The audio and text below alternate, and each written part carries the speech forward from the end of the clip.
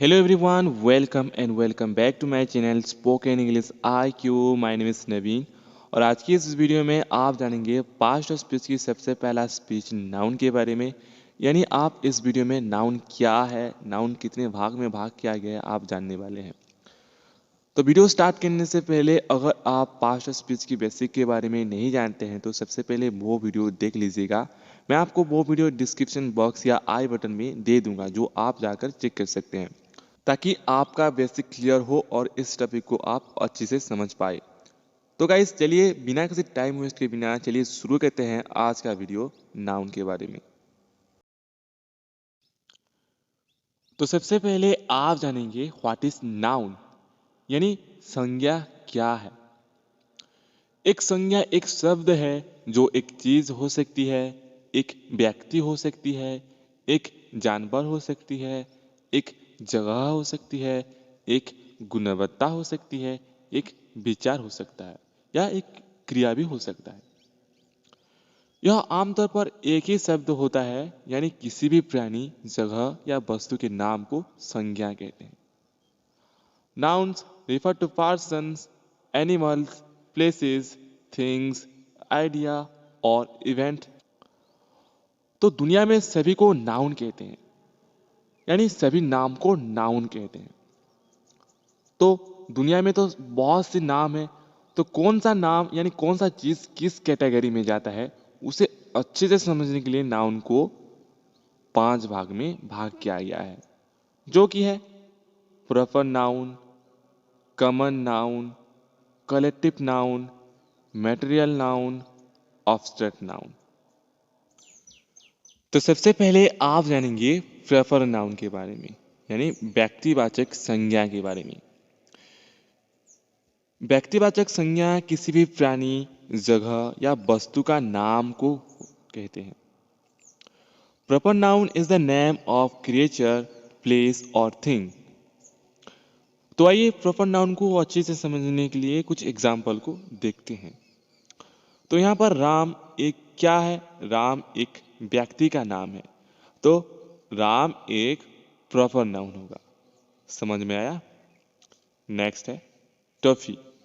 Toffee, तो यहाँ पर टॉफी एक कुत्ते का नाम है, तो कुत्ते भी एक प्राणी होता है, तो यहाँ पर कुत्ते भी एक यानी टॉफी एक प्रॉपर नाउन होगा। ओके, नेक्स्ट है दिल्ली। दिल्ली एक शहर का नाम है, यानी एक प्लेस का नाम है, तो दिल्ली भी एक प्रॉपर नाउन होगा। नेक्स्ट है पार्कर फैन। पार्कर फैन, तो यहाँ पर पार्कर फैन यानी किसी चीज के नाम, यानी किसी वस्तु के नाम। तो यहाँ पर साफ बताया गया है कि किसी भी प्राणी, जगह या वस्तु का नाम होता है प्रॉपर नाउन। तो यहाँ पर पार्कर फैन भी एक प्रॉपर नाउन होगा। समझ में आया? उषा फैन, तो उषा फैन भी एक चीज का नाम है, यानी एक वस्तु का नाम है, तो यहाँ पर उषा फैन भी एक प्रॉपर नाउन होगा। ओके, समझ में आया? नेक्स्ट देखते हैं। नेक्स्ट है कॉमन नाउन, यानी जातिवाचक संज्ञा। जातिवाचक संज्ञा किसी भी प्राणी, जगह या वस्तु की जाति के बारे में बताते हैं। Common noun denotes the class of creature, place or thing. For example, आपके सामने दो मोबाइल फोन रखे हुए हैं, एक है सैमसंग और दूसरा है आईफोन। तो इन दोनों में से क्या कॉमन है? यानी इन दोनों एक मोबाइल फोन है, तो इसलिए यहाँ पर मोबाइल फोन एक कॉमन नाउन होगा, यानी इन दोनों एक सेपरेट जाति में जाते हैं, यानी मोबाइल फोन एक जाति है इन दोनों में। तो यहाँ पर आईफोन और सैमसंग क्या होगा? कॉमन नाउन होगा। समझ में आया? दूसरी एग्जांपल को देखते हैं। मान लीजिए कि आपके सामने दो लड़के खड़े हैं, एक है राम और दूसरा है श्याम। तो उन दोनों में से क्या कॉमन है? उन दोनों में से वो दोनों लड़के हैं, यानी लड़के एक जाति में जाता है, तो यहाँ पर राम और श्याम क्या होगा? तो यहाँ पर राम और श्याम कॉमन नाउन होगा। समझ में आया? नेक्स्ट एग्जाम्पल है तीन राज्य हैं, एक है दिल्ली, दूसरा है हरियाणा और तीसरा है बिहार। तीनों में क्या समान है? तीनों में राज्य हैं, तीनों यानी तीनों राज्यों हैं, इसलिए राज्य एक कॉमन नाउन है। इन तीनों की जाति क्या है?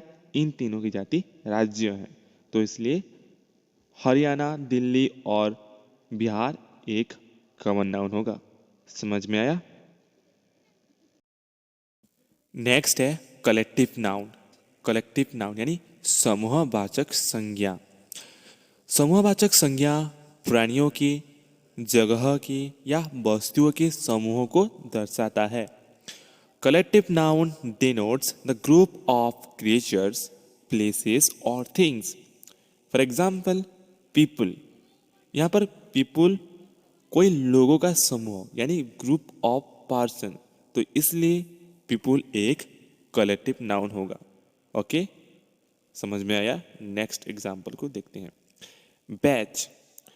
बैच, तो यहाँ पर बैच कोई विद्यार्थियों का समूह यानी ग्रुप ऑफ स्टूडेंट्स, तो इसलिए बैच भी एक कलेक्टिव नाउन होगा। ओके, समझ में आया? नेक्स्ट है टीम। टीम यानी कोई खिलाड़ियों का समूह, ग्रुप ऑफ प्लेयर्स, इसलिए टीम भी एक कलेक्टिव नाउन होगा। नेक्स्ट है फैमिली। फैमिली परिवार, ग्रुप ऑफ मेंबर्स, इसलिए फैमिली भी एक कलेक्टिव नाउन होगा। तो यहाँ पर स्पष्ट रूप से जानने को मिल रही है कि जितना भी मैं एग्जाम्पल दिया आपको, वो सभी एक ग्रुप है, तो इसलिए वो सभी कलेक्टिव नाउन होगा।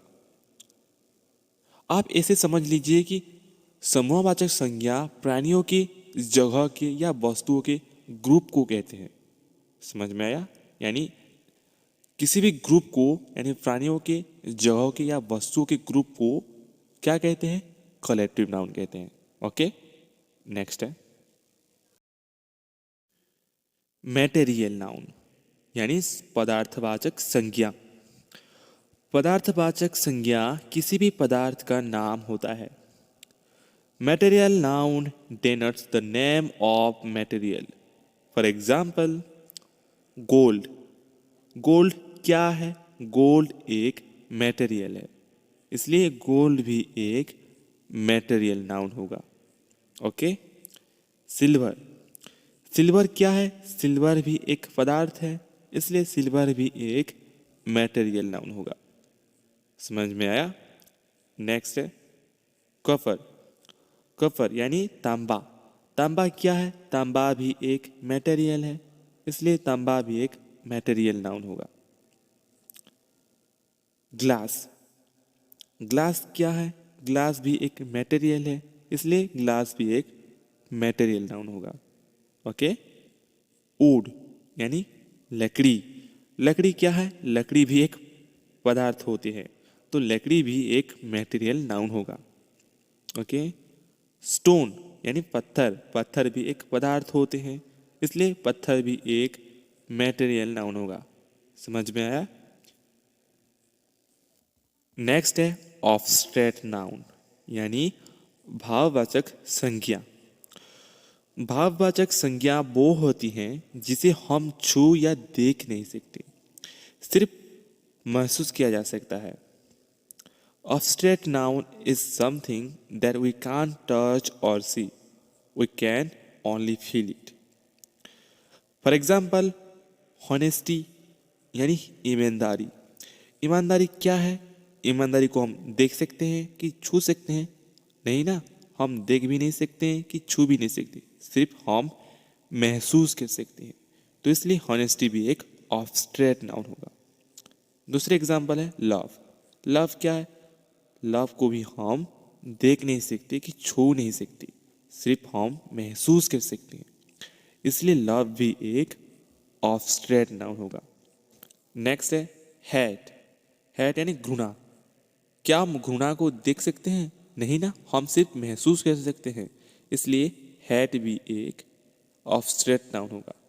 टाइम, थिंकिंग, फीलिंग, ये सभी क्या है? ये सभी हम देख नहीं सीखते, सिर्फ महसूस कर सीखते हैं। इसलिए ये सभी ऑब्स्ट्रैक्ट नाउन होगा। समझ में आया?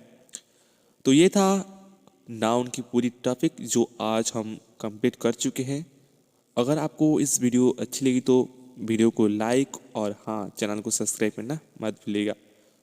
और साथ ही अगर आप हमारे इंग्लिश ग्रामर सीरीज़ अभी तक फॉलो नहीं किया है तो मैं डिस्क्रिप्शन बॉक्स या आई बटन में आपको हमारे इंग्लिश ग्रामर सीरीज़ की प्लेलिस्ट दे दूंगा, जो आप जाकर चेक कर सकते हैं और अपने स्पोकन इंग्लिश को इम्प्रूव कर सकते हैं। तो फिर मिलते हैं नेक्स्ट वीडियो के साथ, तब तक के लिए धन्यवाद।